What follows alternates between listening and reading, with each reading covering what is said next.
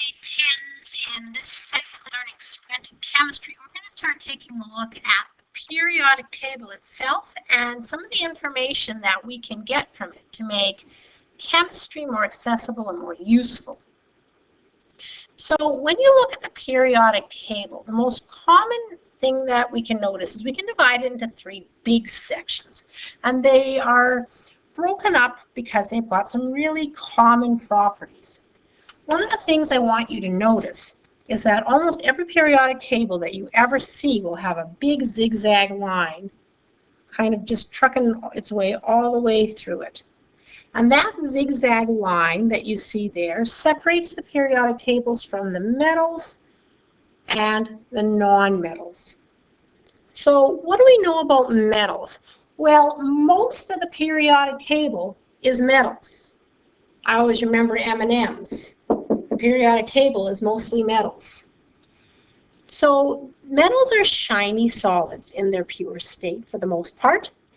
Mercury being an exception, we know that to be a liquid at room temperature, but the rest of them are solids at room temperature. We also know they're good conductors of electricity and even heat. Metals are great for that purpose. Metals are also both ductile and malleable. What do the words ductile and malleable mean? Well, malleable talks about whether or not we can hammer it flat. If you can take and hammer something and it pounds out into a flat sheet, that's what it means to be malleable. Ductile means that we can stretch it and we can pull it out to form a wire. So copper wire in our wiring can be stretched very thin. That's what the word ductile means. And so all of our metals, which include these bottom two rows here, they actually fit in this little spot right here, they all have the same set of characteristics. Now, on the other side of the periodic table, this section over here that I have in red, these are our nonmetals. There's nowhere near as many of them. Nonmetals, rather than being ductile or malleable, are brittle, if they're a solid at all. A lot of them are gases. Okay, there is an exception. Bromine is a liquid, but for the most part, they're going to be brittle solids or they're going to be in their gas form. And unlike metals, they don't conduct electricity. So something that doesn't conduct electricity and heat, rather than being a conductor, is called an insulator. Now, it would be nice if everything was completely black and white that way and we had only metals and non-metals, but of course we do hit that section where the zigzag line is. And at the zigzag line, we have the metalloids. So everybody touching the zigzag line, except for aluminum, which we know to be a metal, but boron, silicon, germanium, arsenic, antimony, tellurium, polonium, these are all metalloids. So they've got a little bit of properties like metals and a little bit like non-metals. It's kind of that gray area. So that's our first big clue to give us some information about an element on the table. Is it a metal, a non-metal, or a metalloid?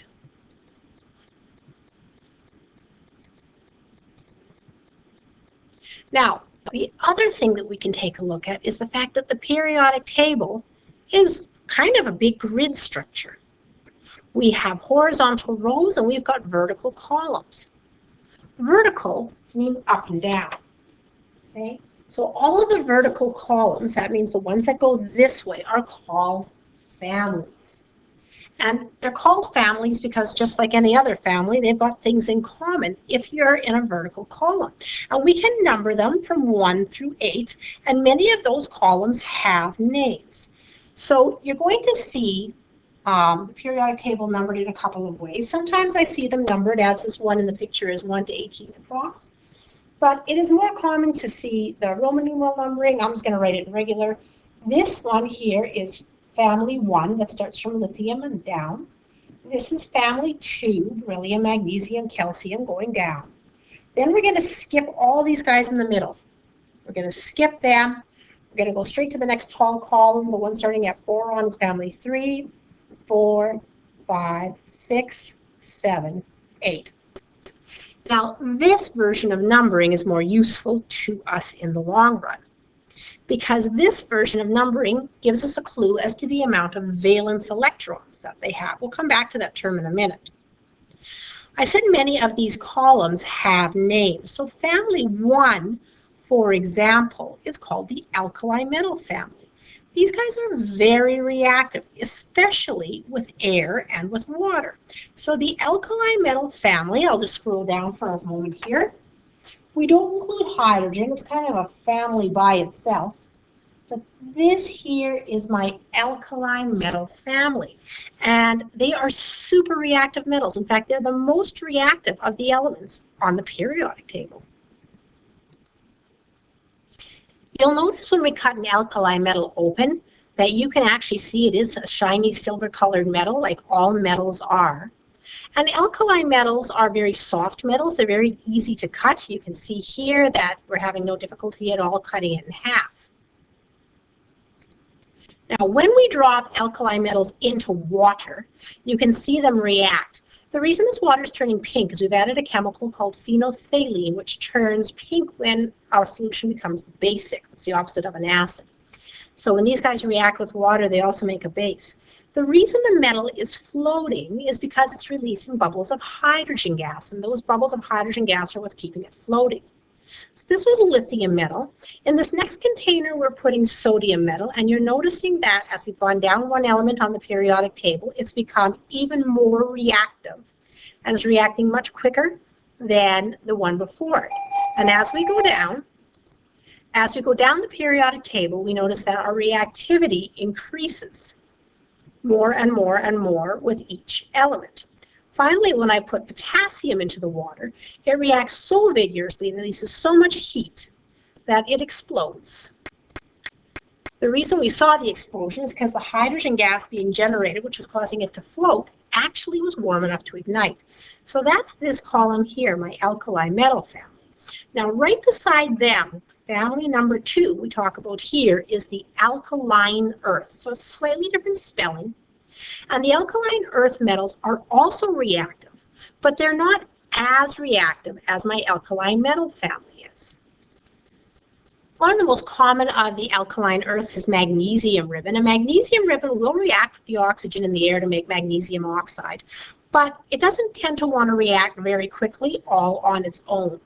It prefers to get a little bit of a kick, so we're going to give it a bit of a boost by heating it and getting it started by reacting it with a Bunsen burner. Here you see we're starting it to react by warming it in the flame. And as it warms in the flame, it burns with an incredibly bright light. It's a very exothermic reaction that releases a lot of the energy in the form of light.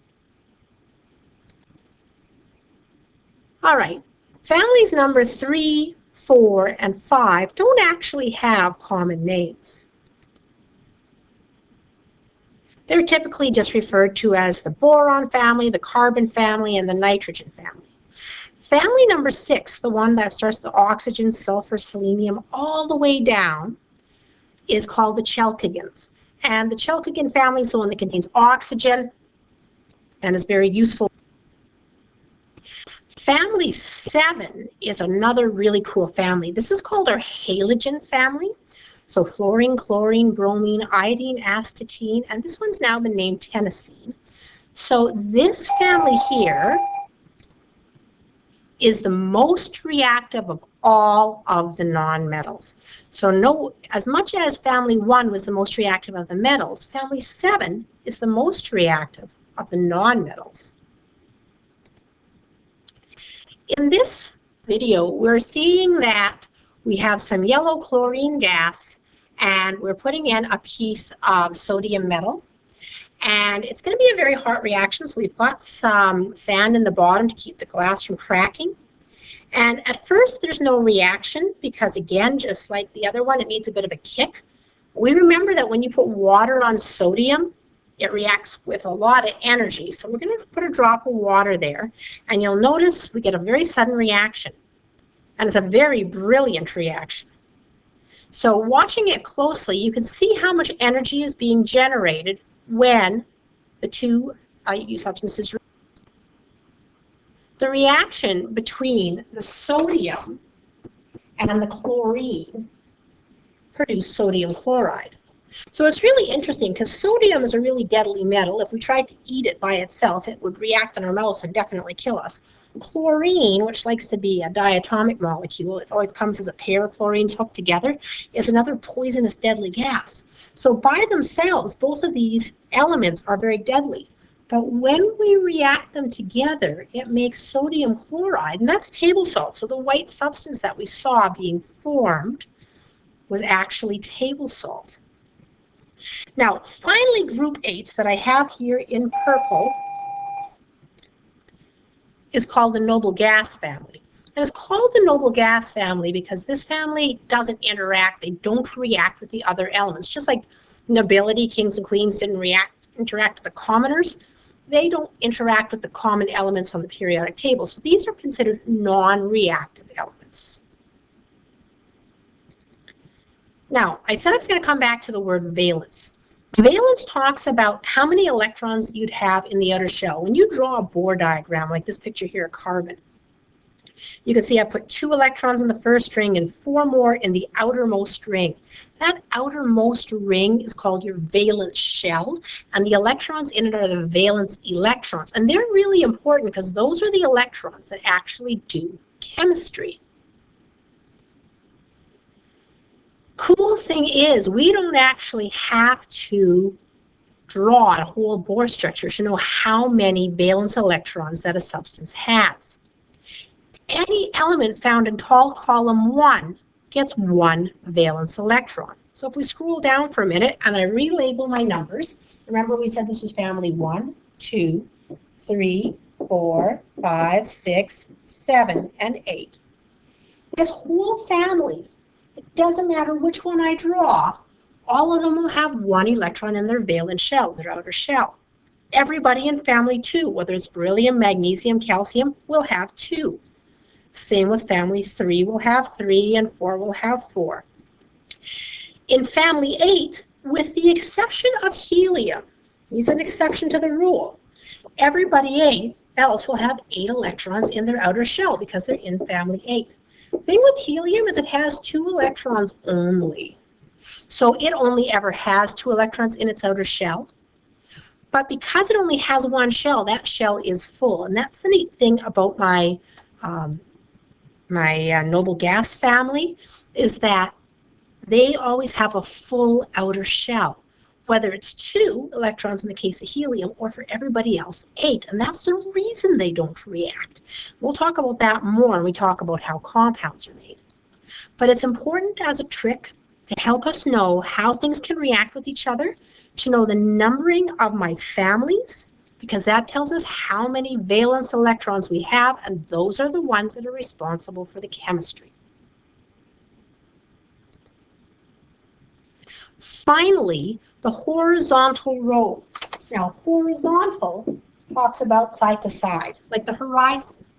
These ones are numbered 1 to 7, and they tell us more about how many rings of electrons that each atom has when we draw it. There are some similarities, but the big trick that we find them very helpful with is knowing that being horizontal, they tell us how many rings we need. When I number the periods, I call this guy period 1, and only hydrogen and helium are present in it. It's the smallest of them. Then period 2 starts with lithium, beryllium, and goes across all the way to neon. Period 3 has sodium, magnesium, and goes across all the way to argon. Period 4 is the first one with no big space. It goes all the way from potassium to krypton, and we have 5, 6, and finally 7. Now, don't worry about the 2 rows at the bottom. Those 2 rows at the bottom actually squeeze in right here. But our periodic table would be too long and skinny for us to use effectively if we have them there, so we usually lower them below. So there are 7 periods in the periodic table. Okay, you guys have 3 periodic tables that I want you to label and color. As indicated, each one has a list that it wants you to do. And that will help you to make sure that you understand the difference between periods and families, and that you know which family is which on the periodic table, and that you can tell whether an element is a metal, a nonmetal, and a metalloid.